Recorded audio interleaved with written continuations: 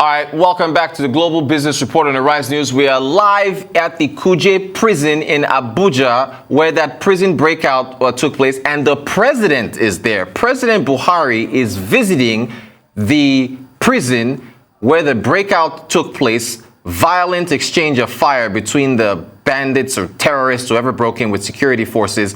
And the crowd you're seeing right now, there's a big security presence. President Buhari, he's boots on the ground. He's live, he's visiting. You can see all the security officials that are there as the president takes a tour of the damage. You can see the military officials there. President Buhari, in fact, that's him. As the camera is zooming, I think that if you can, yeah, right there in the middle, the president is there. You can see the cameras there. He is taking a walk through and taking in the damage that took place. We know about, 300, 400 prison inmates were escaped. There's a manhunt. Ferdinand Durohaya, our very own correspondent, he's on the ground live. We spoke with him. He's been talking to all our Eyes TV channels and segments about what took place. And President Buhari, he is right there in Kuje right now, taking in the damage. Again, heavy artillery was used to knock down pillars and the infrastructure in that particular prison. There is a fatality in the surrounding area. You'll see burnt down vehicles, which is evidence of the gunfire and artillery and weaponry that was used. And I mean, we broke the story first. We've been covering this all day. And so, yes, you can see the movement now. It looks like the president is going to be heading inside the building. There he is. That's him all dressed in white. Yeah, that's the president going in there. All right, he's gone into the building. You can see the barbed wire. Look at the barbed wire that's hanging from the wall. Look at the broken wall. Look at the officials that are trying to make sure they don't fall over as they walk in. You can see the yellow tape that's supposed to separate individuals from there. You can see the security officials, the bodyguards, the military, the police. There are other officials there, which I believe are possibly part of the president's cabinet, that are live. There's the all heavily armed guards to protect the president as he takes a walkthrough of the Kuje break-in. Massive break-in. The inmates have escaped. I mean, you can see the scale of the damage as the president walks through there. And again, this is the part of the ongoing conversation around insecurity in Nigeria. Everybody's talking about it. You can see the bulletproof vest on the gentleman to the left in the suit there. You can see the military. Yeah, there he is. Look, the gentleman in the suit with the blue shirt. Everybody's armed. Everybody's making sure that they're taking in what's going on as President Buhari visits the Kuje prison in Abuja, where there has been a break-in. Apparently, they came in from behind, exchanged gunfire with security officials, opened up a number of prisons, and the number of individuals escaped. In fact, it's been reported that most of the prison inmates who escaped were Boko Haram terrorists. And so this is a high-level situation. All right, it looks like the president is coming out now. And again, you can see the armed presence there around the president: military, police, DSS. I mean, it's all in there. And so it looks like they're all coming. They're coming out right now. So it looks like he's taking his walkthrough. Again, you can see the scale of the damage with the barbed wire, which is supposed to stop people from jumping over the wall, which is now hanging down there. So there's the president now is coming out. Looks like he's exiting the Kuje prison. Looks like he's still taking a further walk through. You can see all the cameras. We have the best vantage point, of course, as he walks around now, surrounded by security officials. I think even immigration officials are there. I mean, pretty much every possible security official you can think of is there. We're now panning around, looking at the damage. There's a burnt bus there, like 3 or 4 buildings. 3 or 4 vehicles that were evidence of the gunfire that was exchanged. It is reported that the bombs were set off. So this was, coordinated. This was a coordinated attack. Trying to get the best position there. All right, there's the entourage surrounding the president. As again, there you can see that. Look at that. So there it is. That's one of the vehicles that was just completely razed to the ground in the damage, and this is incredibly alarming because I mean, how do these individuals get these type of weapons that can knock down this type of building? There's another burnt car you can see in front there as the military officials are telling the camera crew to keep a safe distance. The president now is walking to another part of the prison, and they're the vehicles. You can see the vehicles right in front of you. That just, I mean, for a vehicle to get burnt down to that level shows you the amount of gunfire and artillery that was used. So we're closing in there. Lots of security officials as the president continues to take in the damage at the Kuje prison in Abuja.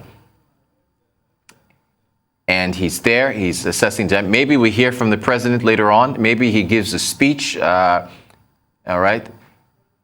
And again, he's surrounded by a lot of security officials as he takes it. Don't forget, I mean, all right.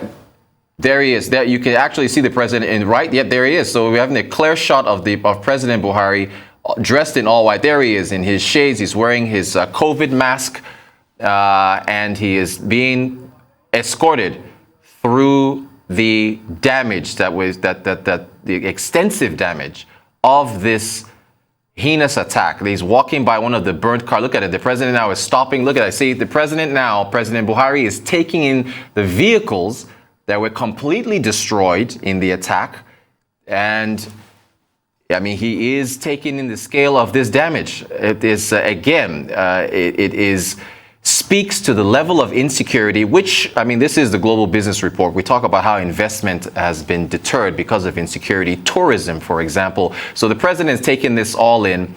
He just came in from inside the prison. Now he's taking a walk through to look at other damage. Look, now the president is there. He's looking directly at two of the vehicles that were destroyed. Looks like he's still getting briefed by the security officials. Once again, the police are there. The military is there. This again, for the president to be here. Abuja, the Federal Capital Territory, is the seat of power. This is where the government resides. So this is really hitting close to home with respect to these types of attacks. Don't forget, these inmates have been released. They are terrorists. They're now on the loose. There has to be a manhunt to bring them back. And the president surely is very well aware of this, which is why it's really important for him to visit this facility and to take in this. There he is. See, now you see that I just talked about that. He's pointing at the wall where the barbed wire is hanging from. You can see the president looking upwards at the infrastructure, that big pillar that was knocked down. The barbed wire is hanging down there, which again, as far as blast force radius, the strength or the level, see, they're pointing now. They're pointing again at the top of the wall, so you can see him taking in exactly how this attack happened and the damage. Again, the heavy artillery that was used should give every Nigerian cause for alarm that these bandits and terrorists have this type of weapons that can break into a high security facility. Remember Ferdinand Dure, we talked to him earlier. He told us about the number of checks that were done to get in. You can't get in. All right, I think the president is leaving. The president is leaving. He is still getting briefed. Okay, I think we have Ferdinand Dure is live with us. Ferdinand, are you with us? Can you hear me? So much, Rutus. Yes. So Ferdinand, the president, take us through. Yes, I can hear you. Yes, yeah, go right ahead. So, did the president say any words, or he simply did his walkthrough and that was it? Well, I must explain that this was quite an impromptu visit, and definitely it should be that way. And that's because, well, this just happened yesterday without any prior warning. And we hear that he was already on his way out of Nigeria, precisely Senegal, and then decided to stop by. For those who do not know Abuja very well, Kuje is quite close. It's much closer to the airport than, the villa. So perhaps, he's just going to proceed, to the airport from here. But he decides to step by, and I think that's exactly what Nigerians indeed appreciate. Well, for the Kuje community yesterday, it was quite terrifying. Heavy artillery for over 2 hours, like some of them indeed confessed. And I think the president coming around here would give them that kind of confidence, would bolster that kind of confidence that anybody will. Unfortunately, a whole lot more will have to be done. But at least he's here. He's seen things for himself. We've seen a couple of jailbreaks in the last 2 years. Have we seen enough reinforcement in terms of security? Well, that indeed is another question. So perhaps that this maybe is the, is perhaps, the deal that's going to ensure that people take it very seriously. The fact that we need to do some kind of reinforcement in our correctional facilities. We last spoke to you, and thank you, by the way, for clarifying the president heading off to Senegal, because, I actually thought he had already left. And again, I guess for security reasons, this could not have been announced that he was coming here. Since we last spoke to you, has there been any update on the manhunt, on how this attack occurred? Have security forces weren't really speaking earlier, you said that, but has any more information come out from this?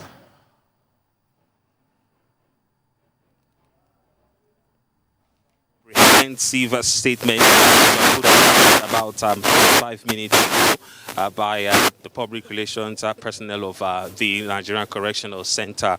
And we hear that a total of 879 inmates escaped the facility during the unfortunate attack.